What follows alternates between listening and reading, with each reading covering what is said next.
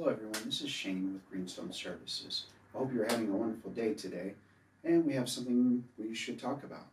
I've been holding off on making this video because I wanted to make sure I could give accurate details. So some of you may have already heard the buzz surrounding Facebook and MyFitnessPal, but hopefully this will serve to shed some light on that subject.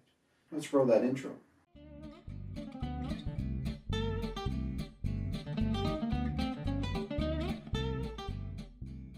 Welcome back. First up is Facebook and Cambridge Analytica. Let's take a closer look. How did this all start? The year is 2014, and psychology professor Aleksandr Kogan wrote an app that is described as the personality test. Aleksandr claimed he was using the data for academia, and that would have been perfectly fine by Facebook's policies. However, when he transferred that data to Cambridge Analytica, which assured him it would be okay, that act was what breached policies and affected people's profiles and their privacy. Aleksandr wrote an app for Cambridge Analytica that would parse a lot of profile data, such as likes and friends, etc., into a useful database for the intent of micro-targeting ads. Later on, Aleksandr forwarded the information he gathered to third parties, and it happens to be Cambridge Analytica that is under fire. Using this program, he collected data on about 250,000 Facebook users. However, that app was also able to parse the information of all of their friends. The grand total of users for information that was gained was around 30 million in total, and some speculate it's up to 50 million. In several interviews, Aleksandr reported he was convinced by Cambridge Analytica that passing the data to them fell within his legal bounds. It was this transfer of data from Aleksandr's academia study, otherwise known as the personality test, that violated Facebook's policy. Now the year is 2015, and Facebook reaches out to Cambridge Analytica. Facebook requested a deletion of all data when they discovered that the data could have been improperly shared. And this is the question of the matter that is so important. Was the user data actually removed from Cambridge Analytica's servers? And the second component is, was that data used to affect any election cycle? You see, with the information brought into the database, the argument stands that a computer could figure out what tendencies people have towards being leaders or followers, and what music you listen to, and which candidate you would most likely choose to affiliate yourself with.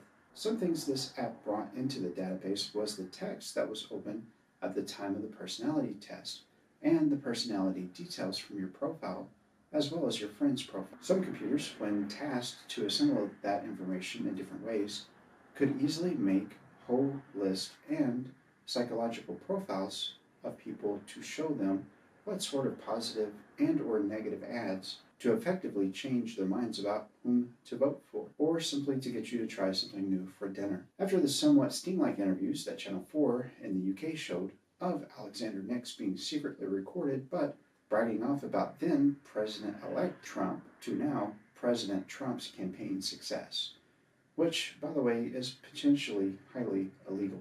Everyone is wondering what kind of clout this Cambridge Analytica company actually has.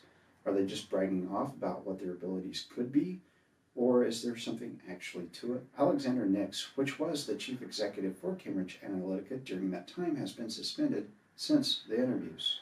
Cambridge's people in the interviews made bold claims that they used this data to manipulate the U.S. election cycle, and that they have orchestrated from beginning to end the election cycles of other countries. It was Christopher Wylie, which was a former employee of Cambridge Analytica, who turned to whistleblower. His claims are that his former employer built psychological profiles on the data attained from Aleksandr's personality test.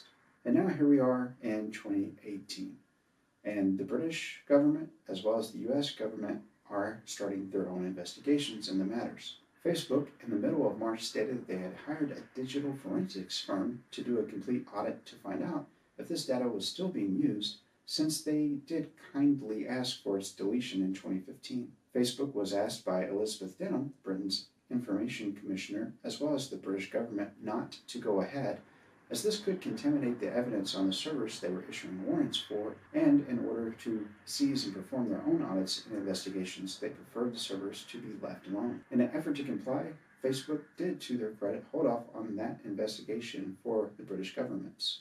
Also in March, Facebook suspended the accounts for Aleksandr and for Cambridge Analytica until further investigations were performed. In an interview with the same Channel 4 in the UK, Aleksandr said he felt like Facebook, the tech giant, was using him as a scapegoat. Kogan also said that the project Cambridge Analytica has allegedly done, which is use people's Facebook data for micro-targeting, is the primary use case for most data on these platforms. He disputes all allegations that he approached Cambridge Analytica about this project, and instead they hired him from the onset. Kogan said in an interview, "This is a fabrication. They approached me. Of the usage of Facebook data, they wrote the terms of service for the app. They provided the legal advice that this was all well and appropriate. So I'm definitely surprised by their comments, and I don't think they are accurate. As far as money, he says he did not make a personal profit.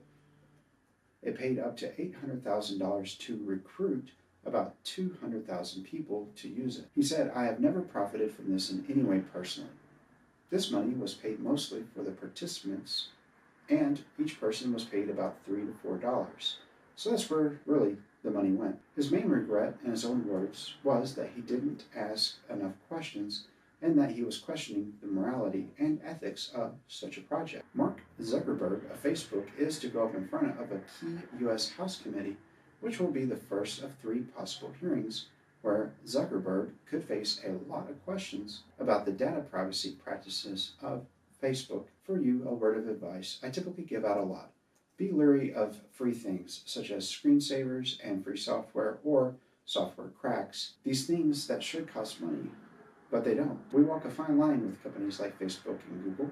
We give big companies free reins with our digital lives and pretty much everything about us.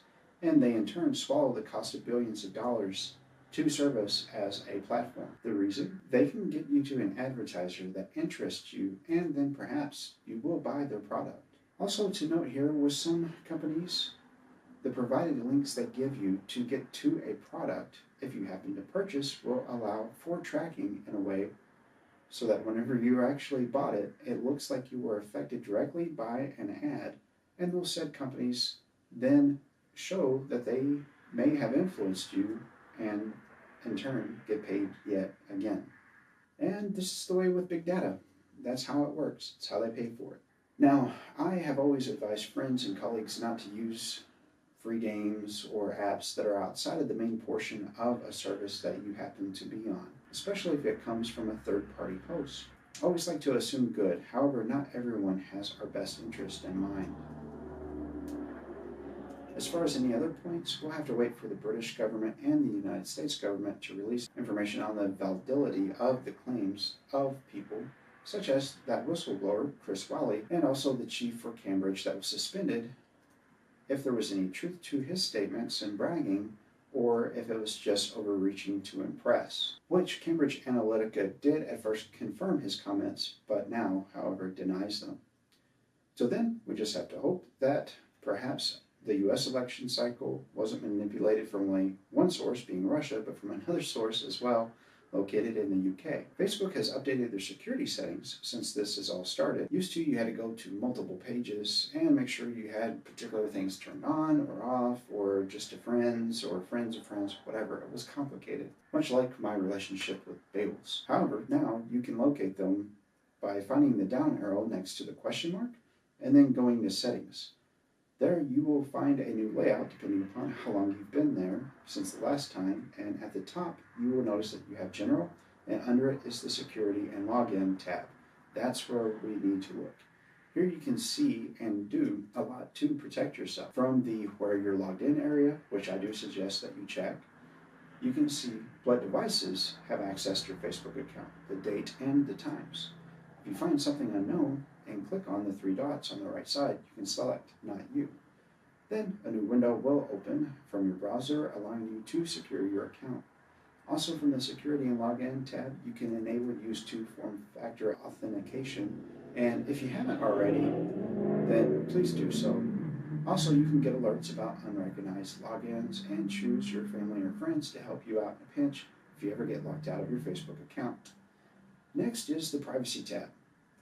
Here you can make yourself as transparent to the outside world as you like, or dial everything back so only you and your friends can see your content and information.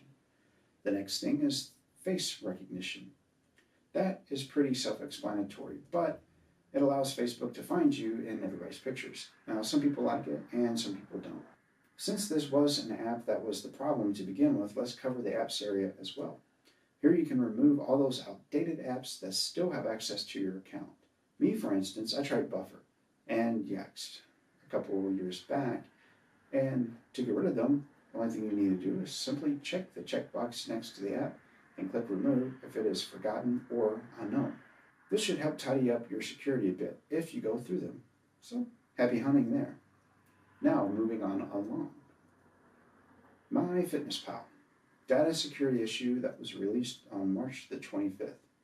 Access was gained by an unknown source during February, which is affecting 150 million users.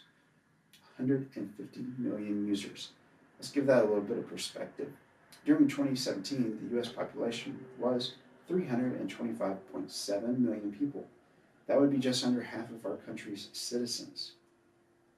Now, compared to other companies like Facebook and Equifax, Under Armour, the parent company to MyFitnessPal, has had an incredible turnaround time from detecting the threat to security to stopping it and then notifying the public of concerns. This breach thankfully did not include financial data. However, usernames and email addresses were took, as well as their passwords using bcrypt and SHA-1. If you are affected and using the app, you would have already received a message in-app telling you that you needed to change your password. If you're not using the application, then hopefully you did receive the email that would have been sent to your account. If affected, please change your password at all places that you could have used the same password for MyFitnessPal from on all the sites that you visit. You see, bcrypt and SHA-1 can be reversed by a computer if it's given enough time. And now for a small update. The big video, as I've been thinking about it lately, is coming.